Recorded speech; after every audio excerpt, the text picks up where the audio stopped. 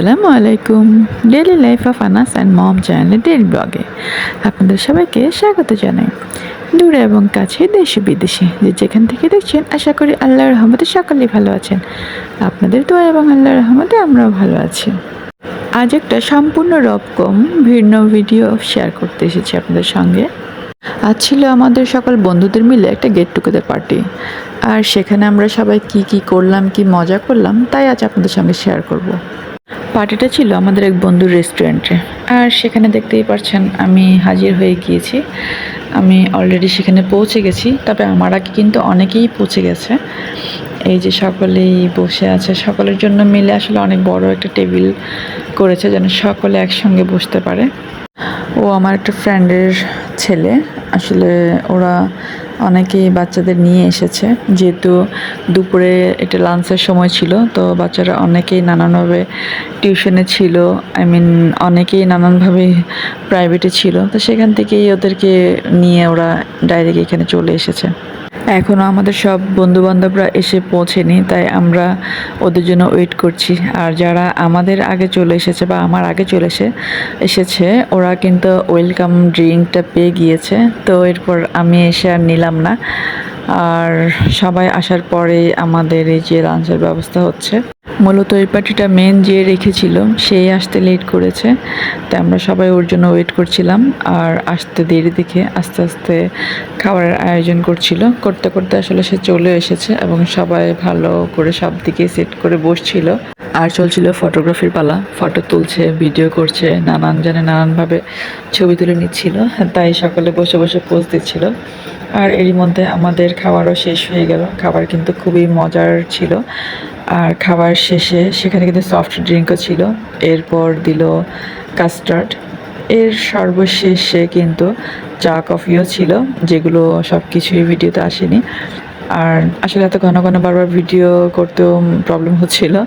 যাই হোক, এরপর খাওয়া দাওয়া যেহেতু তাড়াতাড়ি শেষ হয়ে গিয়েছে, আমরা রওনা দিলাম পতেঙ্গার উদ্দেশ্যে। আমরা সবাই ভাবলাম যে আরেকটু সময় কাটানো যাক, সি বিচে যাই। যেহেতু ওরা একটা কেক নিয়ে এসেছিল, কেক কাটবে বলে, তো ভাবলাম আমরা রেস্টুরেন্টে বসে তো সবাই খাওয়া দাওয়া করলাম, বাকি খাওয়া দাওয়াটা আমরা সি বিচে গিয়েই করি। তো এখানে বন্ধু দুষ্টামি করে আমাকে কফি বানিয়ে দিচ্ছিল। এই যে কফিটা আসলে অনেক মজার ছিল। ওর পরিচিত, এটা মানে টং বলে, তো এখানের চা নাকি খুবই মজা, তাই সে আমাদের সকলকেই নিয়ে গেল তার এলাকায় এই টঙের চা কফি এগুলো খাওয়ার জন্য। তো সেখান থেকেই আমরা এই যে চলে যাচ্ছি, প্রায় পতেঙ্গায় চলে এসেছি। এই যে আমরা বিচে পৌঁছে গেলাম। আর আজ শুক্রবার ছিল, তাই প্রচুর মানুষ, মানে এত মানুষ যে বলার বাহিরে। সেখানে বসার জায়গা নেই, দাঁড়ানোর জায়গা নেই, এমনই যেন অবস্থা। আর পানিগুলো আসলে বৃষ্টির কারণে প্রচুর ঘোলা ছিল। আর এই ধরনের গাড়িগুলো দেখলে খুবই সুন্দর লাগে, চড়তে ইচ্ছে করে, কিন্তু ঘোড়াগুলোকে দেখলে খুবই মায়া লাগে। মনে হয় যেন ওরা খুবই অসহায়, মানে কি বলবো আর, ওদের ঘোড়াদের দিকে তাকালে আসলে চড়তে ইচ্ছে করে না। বৃষ্টির কারণে আসলে সমুদ্রের পানিগুলো একদমই ঘোলাটে হয়ে আছে, তাই আর পানিতে পা ভিজালাম না, কারণ কাপড় চোপড় নষ্ট হয়ে যাবে। আর এই যে রইল কেকটার কি অবস্থা করে ফেললো দেখেন, কি যে করছে ওরা কেকটা, মানে একদম নষ্টই করে ফেললো। এখন ওরা চামচ খুঁজে পাচ্ছে না কেকের, তাই এটা এখন ওরা বক্স থেকে কাগজ ছিঁড়ে নিয়ে সেটা দিয়েই নাকি ছুরি বানিয়ে কেক কাটছে। মানে দুষ্টামি দেখলে আর কি করব।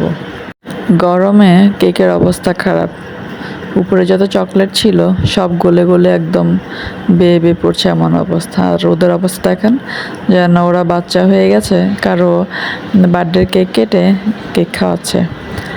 আর সি বিচ আসবো, আর এই যে এত সুন্দর বিমানের দেখা হবে না তা কী করে হয়। ঘোড়াওয়ালারা এই ঘোড়াগুলোকে এত সুন্দরভাবে সাজিয়ে রাখে মানুষের আকর্ষণের জন্য, যেন দেখলেই চড়তে ইচ্ছে করে।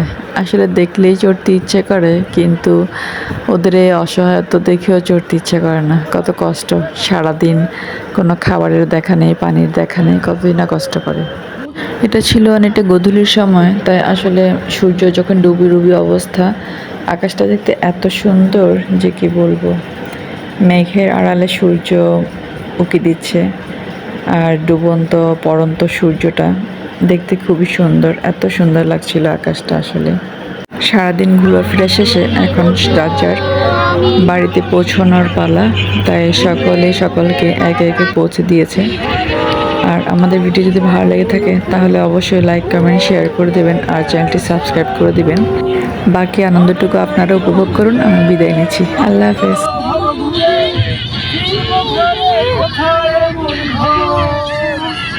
বৃক্ষতলে শুনে তোমার দুঃখ জুড়ে, তোমার দুঃখ জুড়ে ঘুম আসে না।